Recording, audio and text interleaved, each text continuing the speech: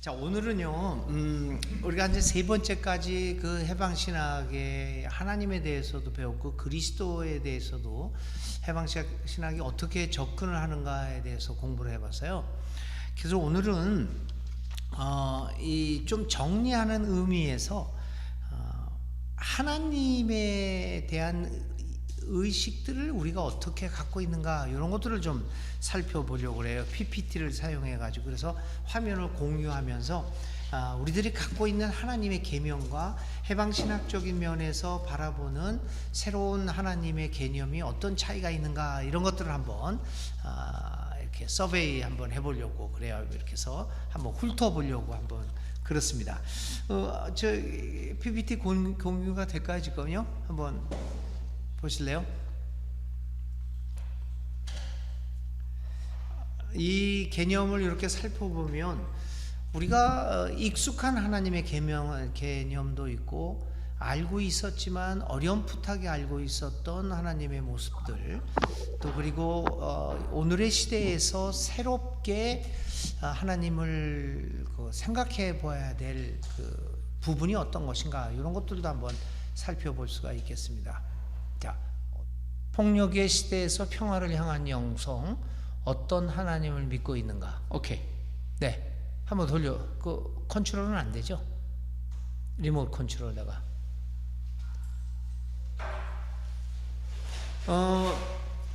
지금까지 우리가 행한 일반적인 교인들이 하는 일들이 무엇인가라고 하는 것들을 한번 살펴보고요. 하나님은 어떤 하나님을 믿고 어떤 행동들을 하는가 이런 것들을 한번 보려고 그래요.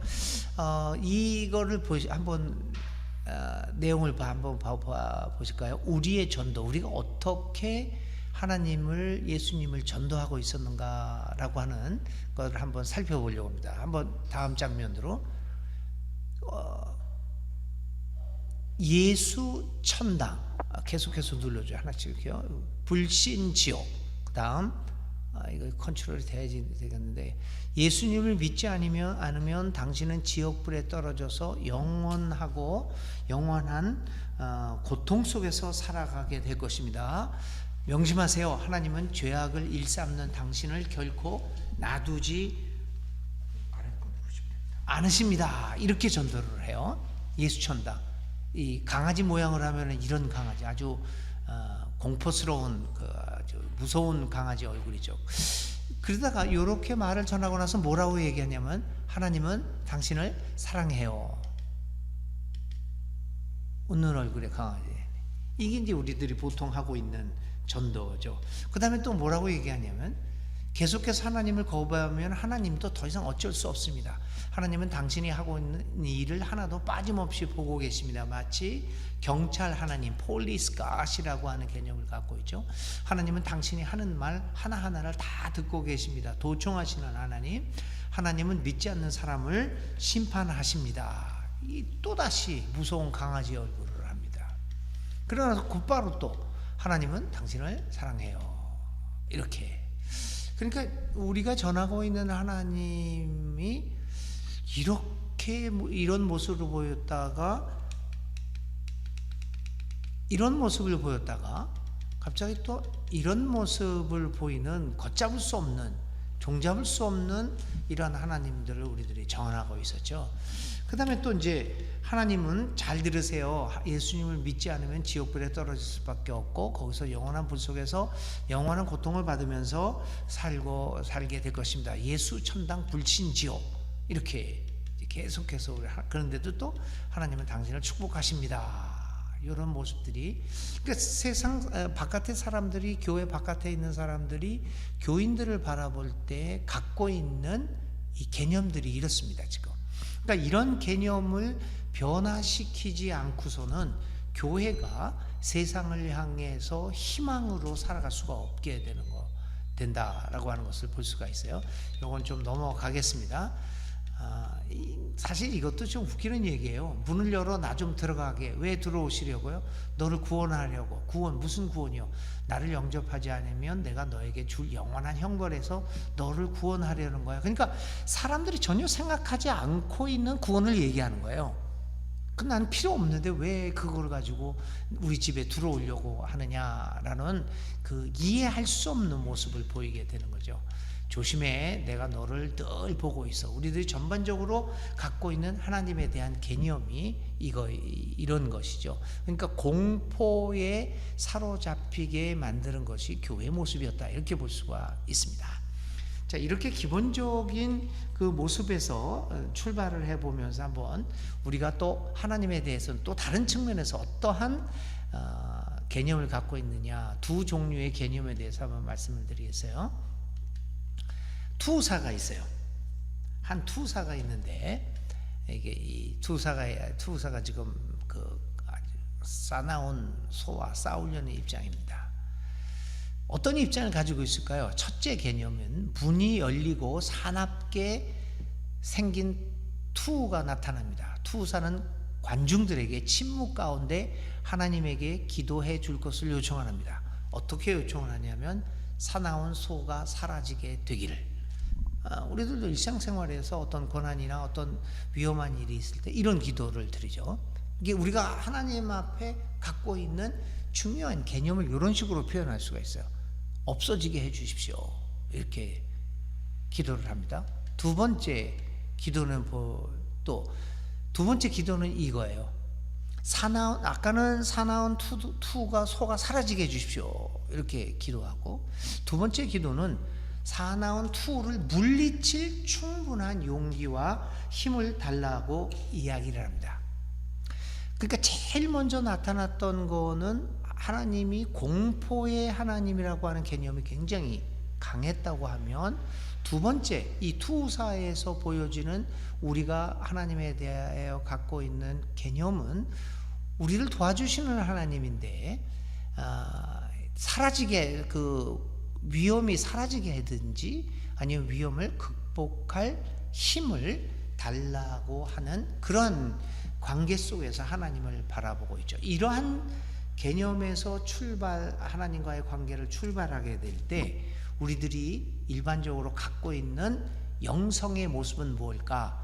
소극적 영성의 이 같은 하나님에 대한 개념에서 나타내는 문제점은 뭐냐면요, 소극적인 영성의 모습이에요. 그러니까 대부분의 사람들이 이런 모습들을 갖고 있죠.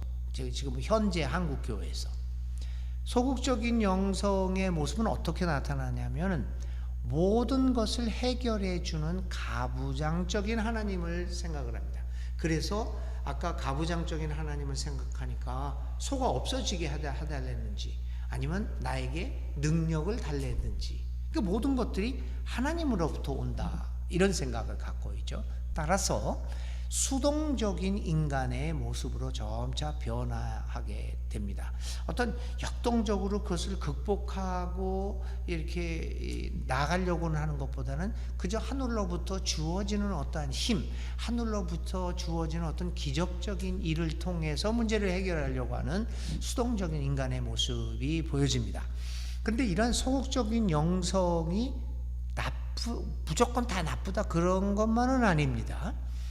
이 소극적인 이 영성은 한 사람으로 하여금 내면적 변화를 이루게 하기는 충분하다는 것보다는 내면적 변화를 이루게 할 수는 있습니다. 그러니까 좀 더 착하게 된다든지 아니면 회개의 능력이 늘어난다든지 화를 내던 거로 조금 덜 화를 낸다든지 이러한 내면적인 도덕적인 변화를 이루기는 하지만, 그러나 이런 소극적인 영성의 모습을 통해서는 주위의 현실의 변화와 개혁에 대해서는 미흡한 모습을 갖추게 됩니다.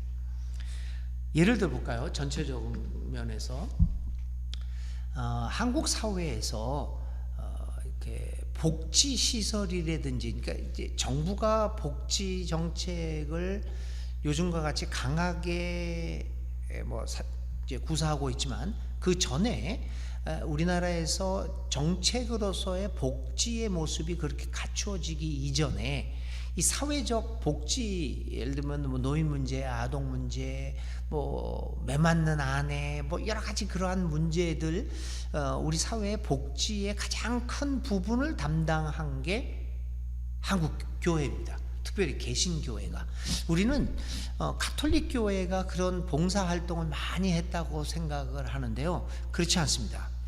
어린이 교육이라든지 뭐 노인들에 대한 것든지 이 사회복지면에서 이전에 한국 개신교가 차지한 비율은 놀랄만합니다. 사실은 한국 교회가 착한 일을 많이 했습니다. 분명히 많이 했습니다. 그래서 심지어는 한때는 이런 이야기도 있었어요. 한국 교회가 사회복지에 일심 단결해서 한꺼번에 손을 띄면 한국 복지 시설이 무너진다라고 하는 그 얘기도 몇십 년 전에는 있었죠. 그만큼 한국 교회가 교회를 다니면서 내면적 변화를 이루어서 그런 착한 일을 많이 했습니다. 그런데 그럼에도 불구하고 왜 한국 교회는 그렇게 착한 일을 많이 했음에도 불구하고 왜 우리 사회에서 불신을 받고 뭐 이기적인 단체다라고 하는 그런 평판을 받을까요? 어떻게 보면 그 참 억울한 면도 있습니다. 바로 이런 소극적인 영성의 모습, 교회 중심적 그리고 가부장적인 하나님을 중심으로 하다 보니까 착하게는 살아갔는지를 모르겠는데 이 사회적인 삶에 있어서 현실의 개혁에 대해서는 아주 비읍한 모습을 보였다는 것이 이게 이제 전통적인 교리 속에서 믿어봤던 하나님을 따랐던 그 결과라고 볼 수 있습니다. 예. 자, 요건 이제 넘어가고요. 예. 네, 여기서 이제 우리가 하는 가지 보면, 그 다음에 이제 하나님에 대한 질문이 하나 생기는 게 뭐냐면요. 또 다른 측면에서 보면, 그러니까 기본 신학에서 답변을 제대로 못했던 것이 이런 것입니다. 혼돈의 상황. 그러니까 인간 사회가 여러 가지 어려운 일들과 혼돈의 상황을 경험하게 될 때, 우리가 어떤 영성으로 이 문제들을 대처할 수 있는가, 이 소극적인 영성을 가지고 어떻게 대처할 수 있는가, 대처할 수가 없게 되는 거죠. 그래서 이런 문제들을 우리 전통적인 신학에서 어떻게 대해왔는가 하는 거를 우리는 의문을 갖게 됐습니다. 예를 들면 이제 쓰나미가 있었을 때, 쓰나미가 몰려왔을 때 하나님은 도대체 어디에 계셨는가? 이 질문이 굉장히 큰 우리에게 혼돈을 가져왔습니다. 여러분들 쓰나미가 몰려왔을 때 하나님이 어디에 계셨다고 생각을 할까요? 근데 전통적인 신학은 이거를 가지고 하나님을 변호하는 데에 힘썼습니다. 그걸 우리가 보통 뭐 신정론이라고 그래요. 신은 항상 정당했다. 그래서 이제 이 쓰나미가 몰려왔을 때 가장 대표적인 신정론 같이 얘기했던 게 지금 뭐 세상 떠난 금랑교회 김홍도 목사 같은 사람이 그런 얘기를 했지 않습니까? 그때 저 쓰나미가 몰려와서 수십만 명이 죽을 때 저 사람들이 크리스마스, 그때 제가 기억하기는 성탄절이었는데 성찬들 예배를 안 드리고 가서 해변에서 이렇게 놀고 있었다가 이렇게 하나님이 그 죄악을 심판하시느라고 이렇게 쓰나미를 보내셨다. 과연 이런 혼돈의 상황에서 하나님은 어디에 계셨는가, 이런 질문들이 이제 우리가 나오죠. 이거는 이제 아우슈비츠의 모습입니다. 아우슈비츠에서 이제 수백만 명의 유대인들이 저렇게 가스실에서 사라져 갔을 때 하나님은 어디에 계셨는가? 그러니까 이제 나치가 저렇게 죽인 것. 저는 여기에다가 해방신학에서 해방신학적인 면에서 또 한 가지 질문을 더 합니다. 어떤 질문이냐면 1492년 15세기 말부터 100년 동안에 이루어진 유럽에 의한, 특별히 스페인과 브라질에 의한 미주 대륙의 그 식민지 전쟁에서 사라진 거의 7천만 명이 넘는 토착민들이 유럽인 서구인들에게 의해서 죽어져 갔을 때, 학살당했을 때 도대체 하나님은 어디에 계셨는가? 이런 질문들을 우리가 이제 할 수 있겠죠. 폭력이 난무하는 우리의 사회에서 하나님은 어디에 계시는가? 이런 거에 답하는 게 어떻게 답하는가 하는 것이 우리가 어떤 신학을 갖고 있느냐라고 하는 거에 따라서 달라지게 됩니다. 물론 이 폭력이 난무하고 이러한 그 학살의 현장에서, 혼돈의 상황에서, 자연재해의 상황에서 하나님이 어디에 계셨는가라고 하는 데에 대한 답변이, 절대적인 답변은 있을 수 없습니다. 그럼에도 불구하고 어떤 신학을 갖고 있느냐에 따라서 답변이 달라지고, 답변이 달라짐에 따라 자신의 실천적 행위가 달라진다는 것이 중요하죠. 자, 한번 보겠습니다. 일반적인 하나님에 대한 개념, 전통적인 신학에선 이렇게 생각을 하죠. 이제 신에 대한 일반적인 개념입니다. 화를 내는 무서운 신, 아까 보셨죠. 불신, 지옥, 예수, 천당, 뭐 이렇게 볼 수 있겠고요. 벌을 주는 신, 이게 우리들이 거의 다가 갖고 있는 신에 대한 개념입니다. 모든 것을 자신 손안에 두고 조종하시는 분, 그러니까 가부장적인 신의 모습들을 우리들이, 이게 여러분들이 이렇게 들으면서 나는 저렇게 생각하지 않는다라고도 볼 수 있겠지만, 그러니까 결정적인 순간에는 이런 개념이 나타나는 거죠. 그리고 네 번째는 희생을 요구하는 신.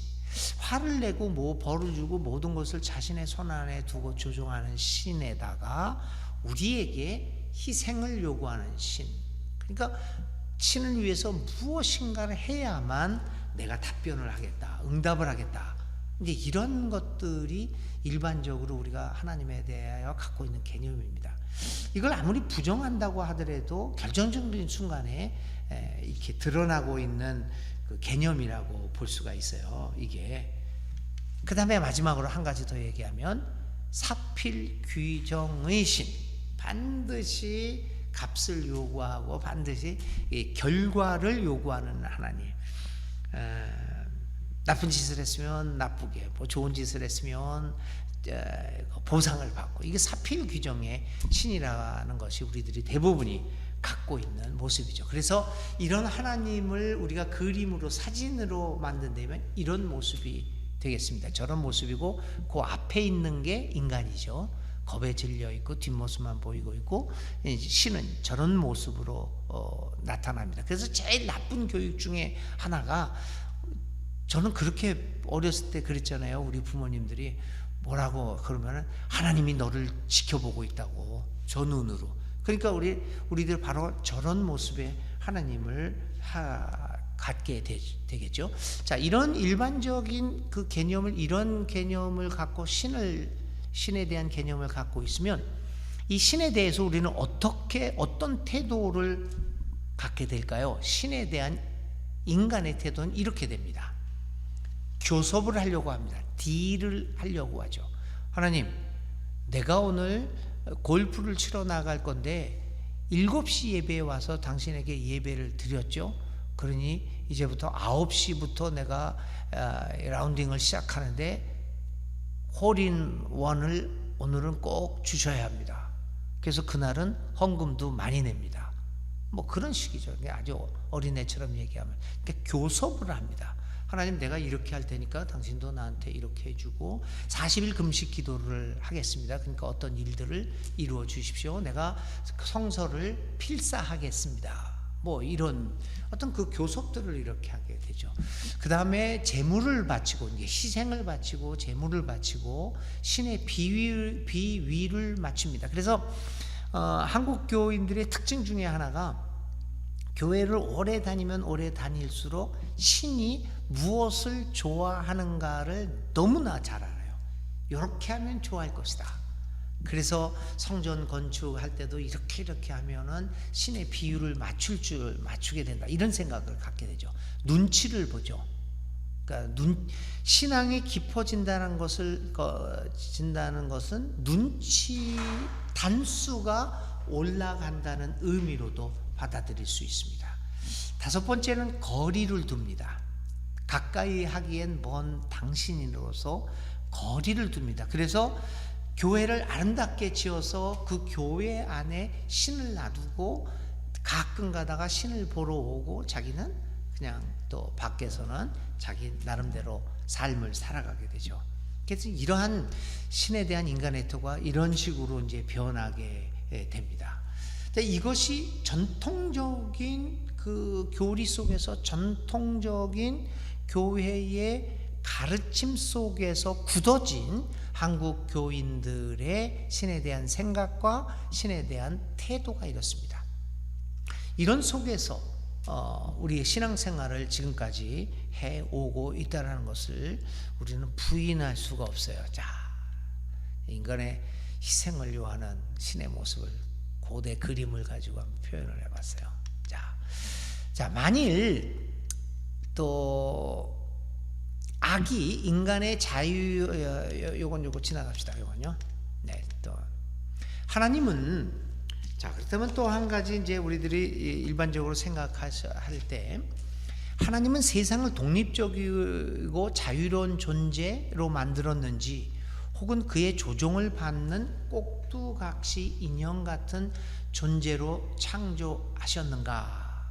이 문제가 또 신앙에 있어서는 아주 중요한, 하나님과 인간의 관계 속에서 중요한 주제로 나타나게 됩니다. 자, 그럼 하나님은 어떻게 우리를 창조하시고 인간의 삶을 허락하셨을까? 첫 번째는 하나님은 인간의 자유를 존중하시고 자연의 역동성을 허락하신다고 하는 개념이 하나님과의 관계에서 굉장히 중요합니다. 그러니까 이건 뭐냐면, 하나님과 인간의 관계, 그리고 자연과 인간의 관계, 인간과 역사의 관계에서 중요한 것은 역동성이라는 겁니다. 그러니까 절대성이 아니라 역동성이라는 것. 하나님과 인간의 관계에 있어서도 이 역동성이라고 하는 것이에요. 그래서 이 역동성은 무엇보다도 변화를 전제합니다. 하나님도 변하시고 인간도 변하고 역사도 변화하는 것을 해방신학은 주장하는 거죠. 그래서 해방신학에서는 우리는 절대적 진리보다는 상대적 진리를 강조하는 이유가 바로 이 역사의 역동성을 이제 강조하다 보니까 그렇습니다. 그러니까 기존에 지금까지 조금 아까까지 우리가 하나님에 대한 개념과 인간과 하나님에 대한 그 관계를 생각해 보았잖아요. 그런데 거기서는 역동성이라는 건 없습니다.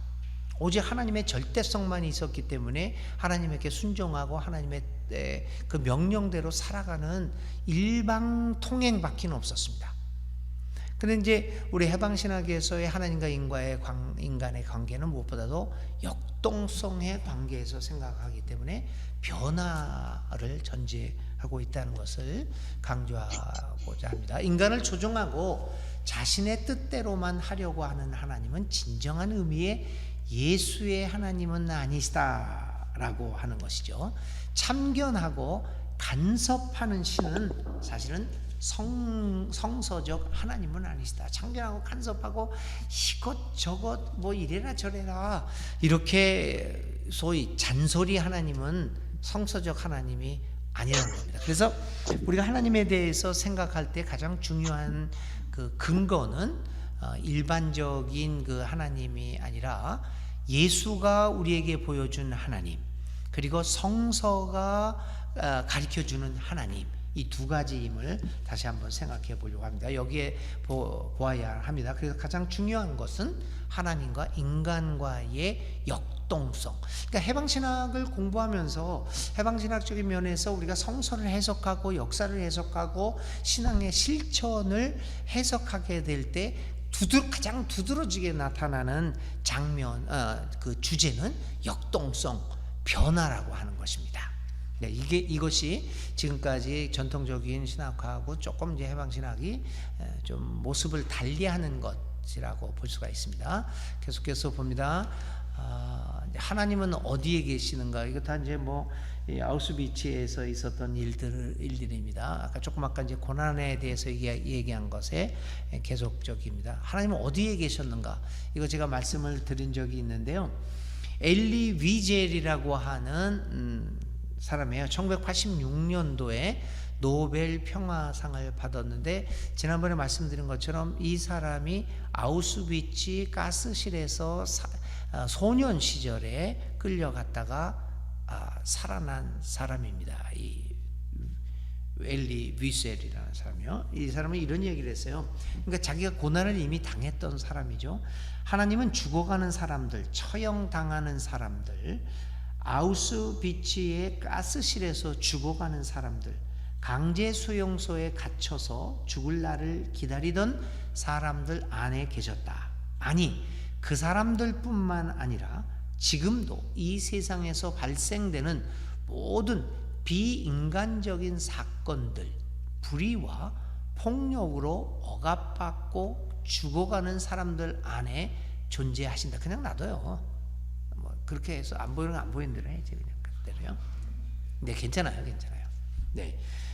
그러니까 이제 이 위셀이라고 하는 이 엘리 위셀이라는 사람이 하나님에 대해서 얘기하면서 하나님이 이 비극을 만들어내지는 않았지만 그 안에 계신다. 몰트만도 그런 이야기를 했죠. 몰트만도 이제 2차 세계대전에 소련에 잡혀서 감옥에 있었지 않습니까? 그때 발견한 것이 사람들 안에, 고통받는 사람들 안에 계시는 하나님. 그런데요, 저는 이게 서구 신학의 한계라고 봅니다. 그건 사람들 안에 존재하시죠. 억압받고 죽어가는. 그래서 이제 몰트만 같은 경우에는 뭐 십자가에 달리신 하나님, 뭐 이런 거를 통해서 바로 이런 사건 속에서 하나님도 고통받으시다. 그러니까 하나님이 멀리서 하늘에서 이렇게 인간들이 고통받는 거를 이렇게 지켜보는 것이 아니라 이 안에서 같이 고통을 받고 계신다. 그렇게 함으로써 멀리 있는 하나님을 나에게, 이 인간들에게로 가까이 다가오게 만들기는 했습니다. 아주 전통적인 신학보다는 조금 뭐 괜찮은 생각을 했다고 그럴까요? 그렇다고 하지만 이게 바로 이제 그 서구 신학과 이 해방 신학도 이 아시아 신학하고 좀 차이가 나고 근본적인 면에서의 서구 신학의 한계이죠. 하여튼 죽어가는 사람들 안에 존재하신다, 이렇게 이야기를 합니다. 그런데 이러한 서구 신학의 한계 속에서 해방 신학은 한 발짝 더 나갑니다. 한번 보여드리겠습니다. 하나님은 우리들과 함께 계신다. 다 서구 신학도 이렇게, 이제 물론 이제 기존 신학보다는 몰트만과 같은 정치 신학을 하는 사람들, 이런 좀 진보적인 신학을 하는 사람들이 여기를 얘기하는 거죠. 서구 신학을 하면서도 또 해방 신학도 아시아 신학도 여기까지는 얘기합니다, 같이. 그리고 왜 또 안 나가? 네. 그리고 두 번째, 자, 첫 번째 전제가 뭐냐면 하나님은 우리들과 함께 계신답니다. 그리고 두 번째는 우리들과 함께 고통을 당하신다. 그렇죠. 십자가에 달리신 하나님. 근데 아까도 말씀드렸지만 여기까지가 서구 신학의 한계입니다. 그 제3세계 신학, 해방 신학과 민중 신학 혹은 아시아 신학과 같은 경우에는 뭐냐면은 우리의 악을 대항하는 모든 투쟁에 함께 하시며 함께 싸우신다. 여기에 차이가 있습니다. 이제 서구 신학의 한계라는 게 바로 그런 거죠. 서구 신학의, 뭐 제가 너무 이 서구 신학을 이렇게 강하게 비판하는 것 같기도 한데, 이 전통적인 이 신학은 지난번에도 말씀드렸지만 그 신학 자체가 기득권을 옹호하는 측면에서 이 신학이 발전했지 않습니까? 그래서 스타투스코어, 현상 유지가 가장 중요한 신학적 전제라고 저는 생각합니다. 그래서 그가 하나님 우리들과 함께 계시고 고통을 당하시지만 그 스타투스코어, 그 현상 유지를 깨고 그 현상을 해체시키고 새로운 대안들을 만들어내는 변화를 위한 투쟁에 함께 하시고 그 투쟁, 우리와 함께 싸우시는 것까지는 발전하지 못한다 하는 겁니다.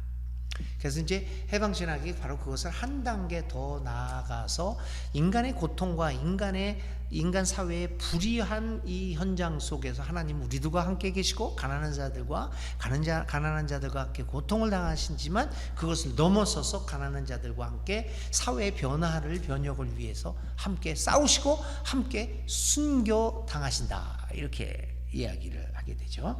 자, 이렇게 하나님이 만일 해방신학의 하나님 예수가 우리와 함께 싸우신다면 그분은 어떻게 우리와 함께 어떻게 일하실까요? 어떻게 싸움에 참여하실까요? 그것을 모두스 오페란디, 그 하나님의 일하시는 방법을 한번 저희들이 한번 생각해 보겠습니다. 자, 아까도 말씀드린 것처럼 간섭하거나 조종하지는 않으십니다. 그래서 어떻게 보면 우리가 하나님과 투쟁하면서 같이 나갈 때 좀 답답해 할 수도 있습니다. 간섭하거나 조종하지 않기 때문에. 예수의 하나님은 좋으신 하나님이고 그는 자유로운 존재를 창조하신 신이고, 그러나 그는 생명을 창조하고 회복하는 신이라고 하는 측면에서 이제 이런 것을 전제로 하고 하나님은 우리와 함께 싸우십니다. 근데 어떻게 싸우시냐? 그 모두스 오페란디, 이렇게 방법을 한번 살펴봅니다. 방법은요, 첫 번째는 요것이 바로 신과 서구 신학의 하나님과 해방 신학의 하나님이 좀 차이를 보는 거죠. 그는 우리와 함께 자신의 삶을 거는 신이다. 왜 해방 신학자들이 그렇게 목숨을 걸고 자기의 목숨을 바쳤을까요? 해방 신학자들은 저는 아니지만 그 초기 해방 신학자들은요, 자신들에게 자신의 운명과 삶을 거는 하나님을 믿었기 때문에 자신도 민중을 위해서 자신의 삶을 걸었습니다.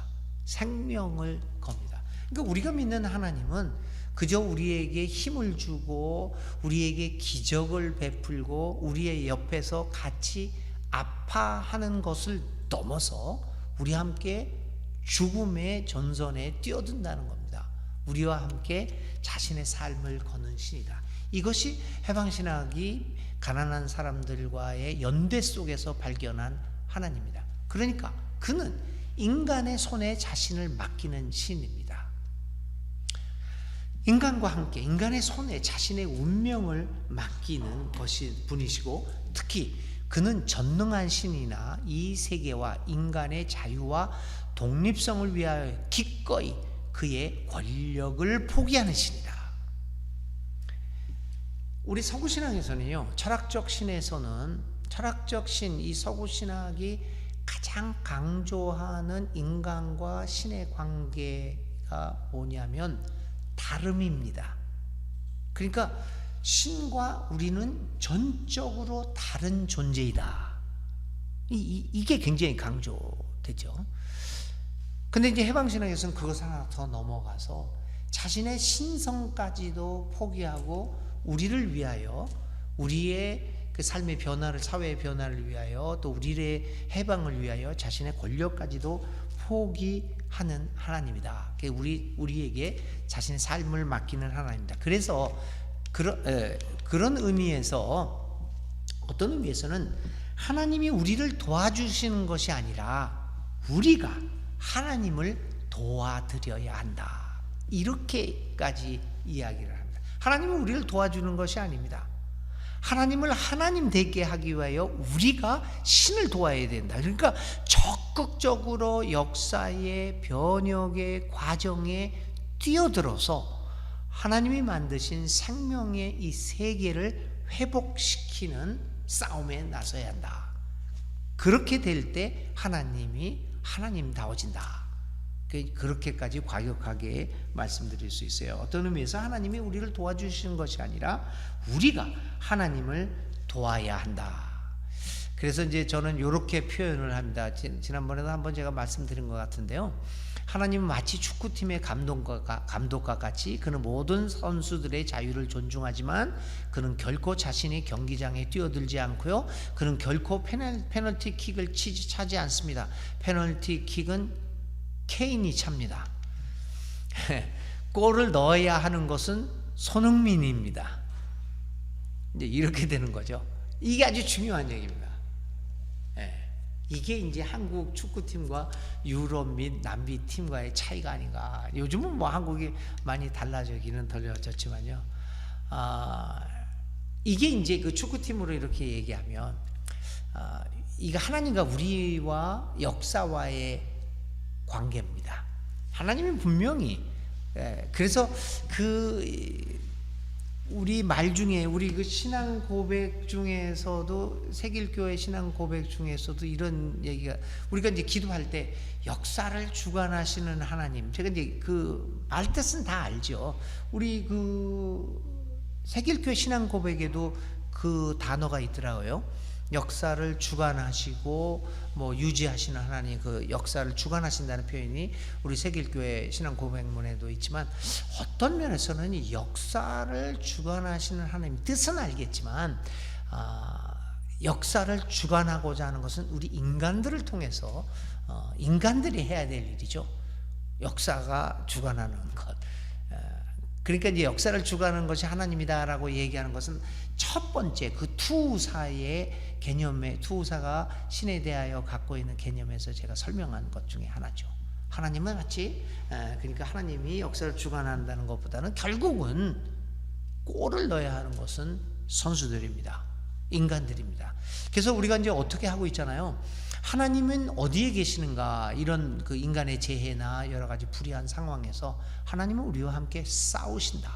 그러나 그 싸움에 있어서 결국 이겨야 하고, 그 싸움에 있어서 골을, 축구 경기처럼 골을 넣어서 그 경기를 승리로 이끌어야 하는 것은 우리들이다 라고 하는 개념이 해방신학에서 우리가 민중들과 가난한 사람들과의 연대 속에서 발견한 하나님이라 이렇게 볼 수 있습니다. 그래서 우리들은 모든 것을 다 하시는 모든 것을 다 하시는 신비스러운 하나님의 개념에서 벗어나야 합니다. 어떤 분이 저한테 그런 이야기를 해요. 기도를 하면 기도를 안 들어주시고 다른 게 이루어진다. 그러니까 예를 들면은 뭐 내가 뭐 로또에 맞게 해주십시오라고 기도를 하면 하나님 그 기도를 안 들어 응답도 안 하시고 그 반대로 하신다. 로또에 당첨이 안 된대요. 하여튼 그런 거. 그러니까 하나님이 뭐 해주시느냐. 우린 기도를 하면서 그 기도가 얼마나 이루어지는가 이런 거 생각해 보면요, 가끔 가다가 하나님에 대해서 뭐라고 얘기하냐면, 하나님 왜 당신은 아무것도 안 하십니까? 그런데 조금 거북한 이야기를 좀 갈등 생기고 좀 은혜스럽지 않게 들릴 수도 있겠지만요, 원래 하나님은 안 하세요.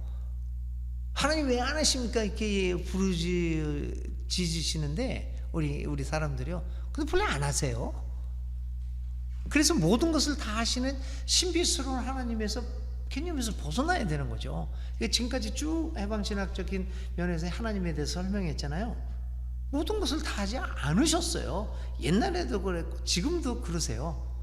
그런데 왜 안 하십니까? 안 하십니까? 이렇게 얘기하니까 원망만 생기고 오히려 믿음이 없어지는 거죠. 하나님은요, 모든 것을 하시는 것이 아니라 오히려 인간들 안에서 인간의 내부적 역동성과 의미, 그리고 방향성을 창출을 하시기만 해요.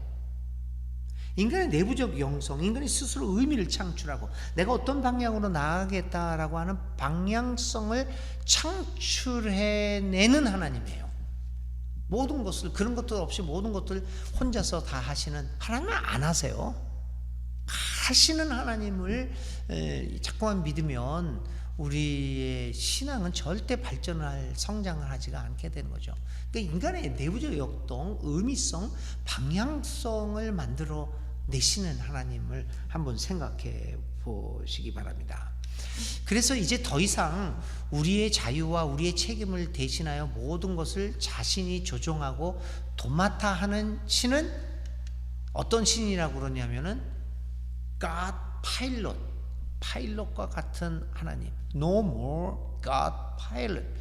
이런 하나님은 이제 더 이상, 조종사 하나님은 이제 더 이상 하지 말자, 하지 않으시는 하나님. 오히려 우리 인간 내부에서 우리 역동성과 의미와 방향성을 창조하면서 우리 그 축구 감독처럼 우리 보고 하라고 하는 하나님을 하지 않으십니다. 그 하나님을 우리가 회복해야 해요. 그래서 결론적으로요, 하나님요, 이게 목사를 평생 했던 사람이 이런 말을 하니까 참 모스럽긴 하네요. 여러분, 하나님은 아무것도 해결해 주지 않습니다. 이게 뭐 우리 세길교회 애들에게도 충격적일지 모르겠지만, 이게 일반적인 교회에서는 정말 충격적. 진짜 아무것도 해결해 주지 않습니다. 그러나 우리와 항상 함께 하십니다. 우리와 그의 운명을 함께 하십니다. 그러니까 그냥 함께 하는 것이 아니라 운명. 여러분, 여러분 옆에 만일 운명을 함께 하는 사람이 있다면, 그 사람이 나에게 아무것도 안 해준다고 하더라도 이 사람이 분명히 나하고 운명을 합니다. 내가 죽으면 나하고 같이 죽고 그럴 사람 없나? 옆에 한번 배우자들이 있으면 한번 쳐다보세요. 지금 운명을 같이 하나? 우리와 운명을 갖게 하시는 존재. 아무것도 안 해요. 그러나 그는 우리 옆에서 우리와 함께 악을 대항하여 싸우십니다. 우리와 함께 싸우십니다. 그뿐만 아니라 그는 우리 옆에서 함께 고통을 겪으시며 모든 비인간적인 상황과 불의와 폭력을 대항하여 우리와 싸우십니다. 그 불의한 상황, 비인간적인 상황, 그 상황에서 싸우시고 항상 함께 하시며 운명을 같이 하시며 우리와 함께 싸우십니다. 그러나 해결해 주지 않습니다. 결국 해결할 것은 우리가 해결해야 합니다. 과연 이런 하나님을 우리가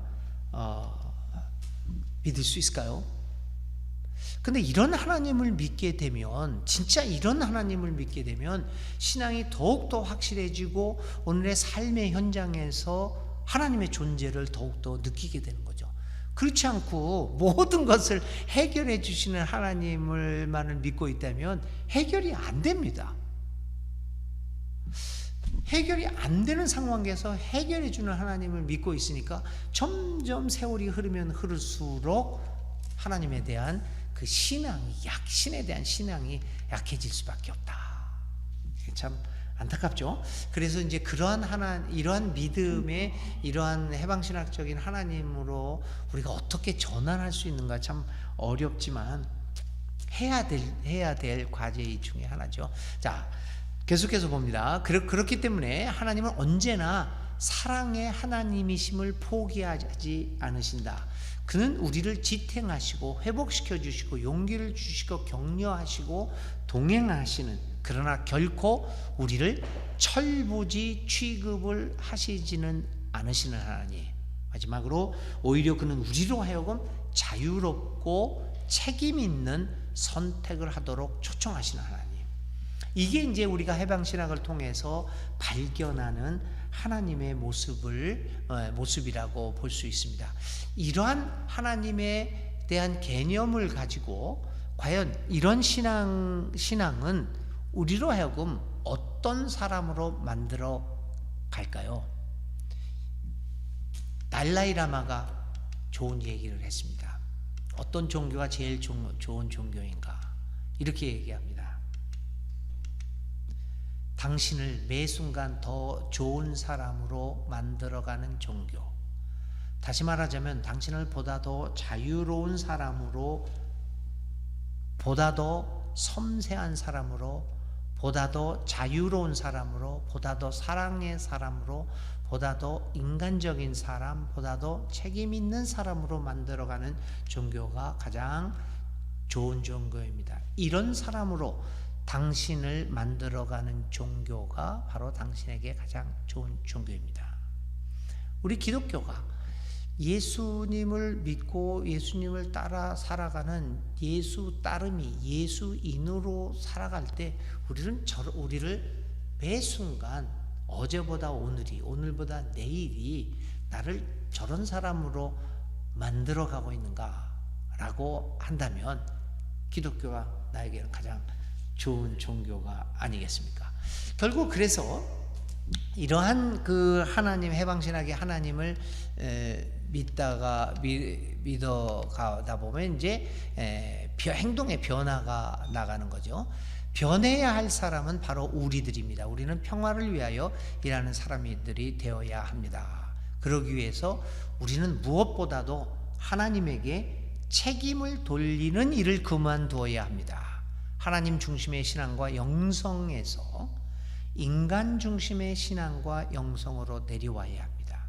그러니까 모든 것을 하나님께 돌리고 이것도 하나님 책임, 하나님이 해결해 주신다라는 이 책임을 돌리는 이제 그만둡시다.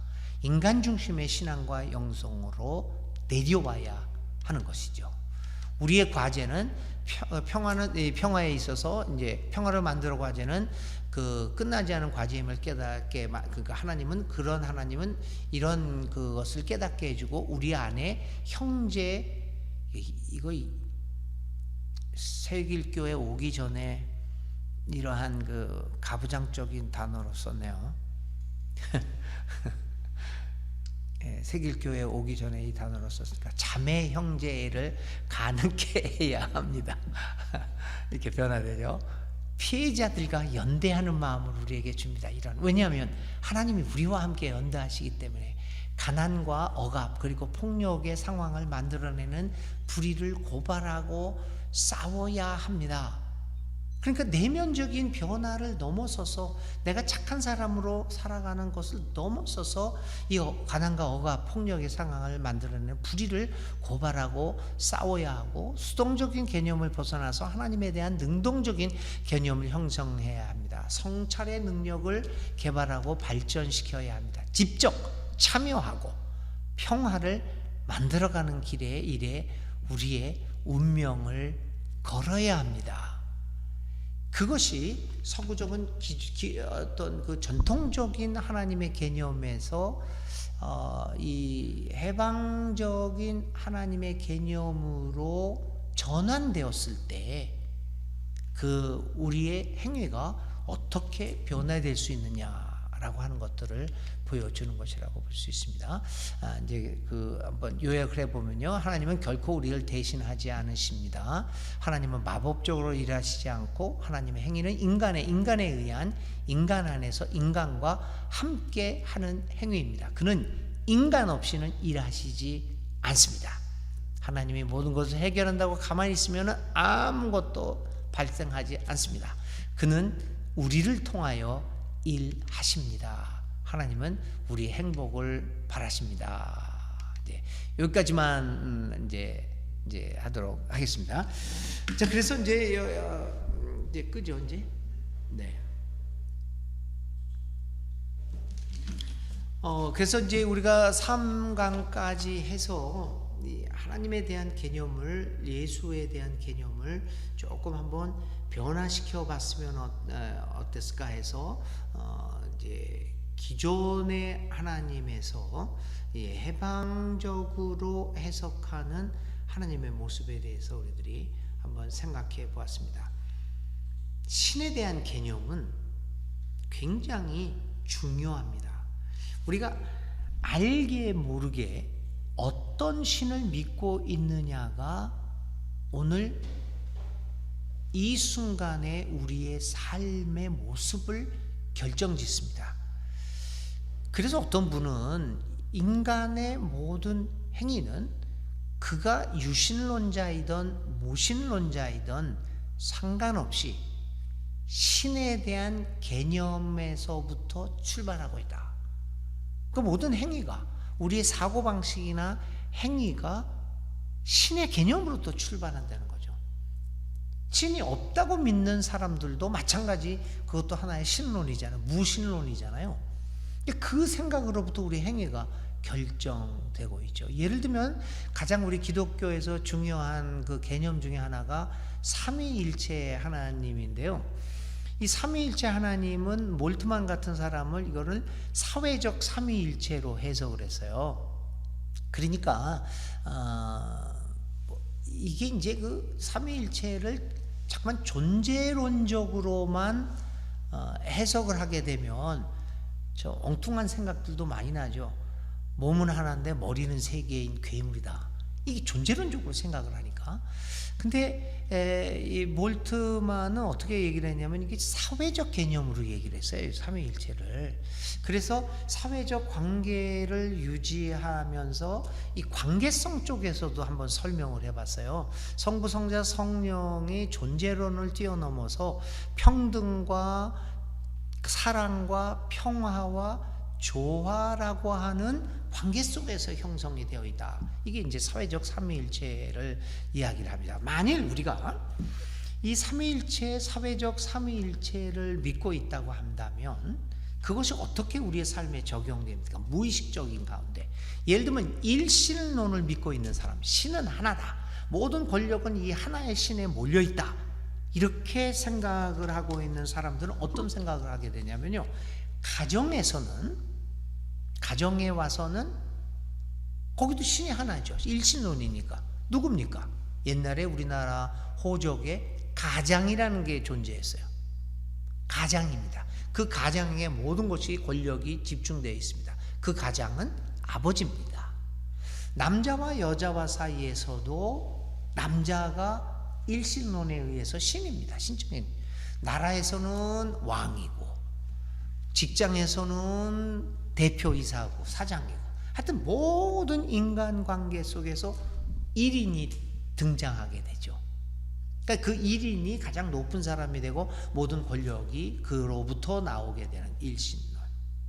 그런데 삼위일체 신론은 이게 사회적 관계이기 때문에 이 평등과 사랑과 평화와 조화의 관계가 되죠. 그래서 우리가 철저히 기독교적으로 삼위일체 신을 믿고 있다면 나도 모르게 우리 가정에서는 나, 또 내 아내가 있는 사람은 아내, 자식 있는 사람은 자식, 그 사이에서 평등하게 사랑과 평화를 유지하면서 조화로운 관계를 점차 유지하게 되겠죠. 그 삼위일체 신론을 굳건히 믿고 있다면. 우리 사회에서도 마찬가지고요. 그러니까 어떤 신론을 가지고 있느냐가 의식하든 의식하지 못하든 간에 우리의 생각 구조와 행위를 결정지을 수 있습니다. 그래서 하나님을 믿느냐가 중요하기도 하겠지만, 그러나 하나님 믿느냐 안 믿느냐의 문제보다도 더 훨씬 중요한 것은 어떤 신을 믿고 있느냐. 그래서 저는 이제 해방신학에서 생각하는 신의 모습을 몇 주 동안 여러분들하고 이제 생각을 해보았어요. 물론 해방적으로 생각한 신의 개념이 완벽하다고 얘기하는 것은 아닙니다. 그러나 또 다른 측면에서 한번 우리가 지금까지 생각해왔던 신을 다른 측면에서 한번 생각해 봄으로써 우리가 가진 신의 개념을 좀 더 풍요롭게 만들 수 있지 않겠느냐. 그렇게 된다면, 그렇게만 할 수 있다면 나의 삶도 조금 더 풍요로운 삶이 될 수 있겠다, 이런 생각을 합니다. 그래서 이제 해방적으로 이렇게 생각해 보는 것도 한편으로는 유익한 점도 있습니다. 마음에 거슬리는 부분도 있겠지만, 또 그러나 바울이 디모데에게 얘기한 것처럼 디모데 후서에서 그렇게 얘기를 해요.